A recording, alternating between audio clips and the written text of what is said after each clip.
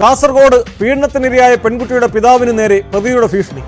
Appeal പരിഗണിക്കുമ്പോൾ ഹൈക്കോടതിയിൽ മൊഴി മാറ്റി പറയണമെന്നാവശ്യപ്പെട്ടായിരുന്നു ഭീഷണി. 61 വർഷം തടവിന് കോടതി ശിക്ഷിച്ച പ്രതിയുടെ ഭീഷണി സന്ദേശം എത്തിയത് കണ്ണൂർ സെൻട്രൽ ജയിലിൽ നിന്നാണെന്നാണ് സംശയം. സംഭവത്തിൽ പോലീസ് അന്വേഷണം തുടങ്ങി.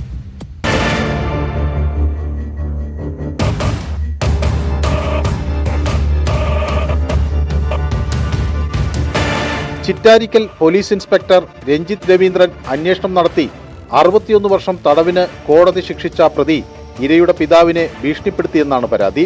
പ്രതിയുടെ ഭീഷണി സന്ദേശമെത്തിയത് ജയിലിൽ നിന്നാണ് എന്നാണ് സംശയം. പ്രായപൂർത്തിയാകാത്ത പെൺകുട്ടിയെ ലൈംഗിക പീഡനത്തിനിരയാക്കിയ കേസിൽ ശിക്ഷ അനുഭവിക്കുന്ന അതിഥി തൊഴിലാളി പശ്ചിമബംഗാൾ സ്വദേശി ഇൻസമാം ഉൾ ഹക്ക് എന്ന രാജീവനാണ് മൊബൈൽ ഫോണിൽ വിളിച്ച് 2 തവണ ഭീഷണിപ്പെടുത്തിയത്. കണ്ണൂർ ജയിലിൽ അടച്ചിട്ടുള്ള പ്രതി കഴിഞ്ഞ ഡിസംബർ 25-നും ജനുവരി 16-നുമാണ് ഭീഷണിപ്പെടുത്തിയത്. അപ്പീൽ നൽകി ഹൈക്കോടതി കേസ് പരിഗണിക്കുമ്പോൾ മൊഴി മാറ്റി പറയണമെന്ന് ആവശ്യപ്പെട്ടായിരുന്നു ഭീഷണി. മൊഴി മാറ്റിയില്ലെങ്കിൽ ജീവിക്കാൻ അനുവദിക്കില്ലെന്ന് പറഞ്ഞതായും പെൺകുട്ടിയുടെ പിതാവിന്റെ പരാതിയിൽ പറയുന്നു.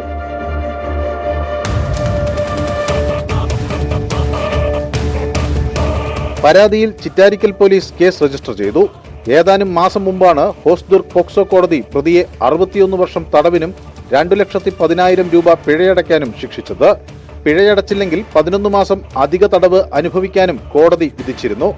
2017 ആഗസ്റ്റിൽ ചിറ്റാരിക്കൽ സ്റ്റേഷൻ പരിധിയിലാണ് കേസിനാസ്പദമായ സംഭവം നടന്നത്.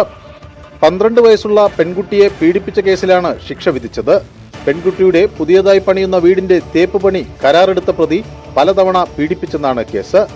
കൊല്ലുമെന്ന് ഭീഷണിപ്പെടുത്തിയായിരുന്നു പെൺകുട്ടിയെ ലൈംഗിക പീഡനത്തിന് വിധേയയാക്കിയത്.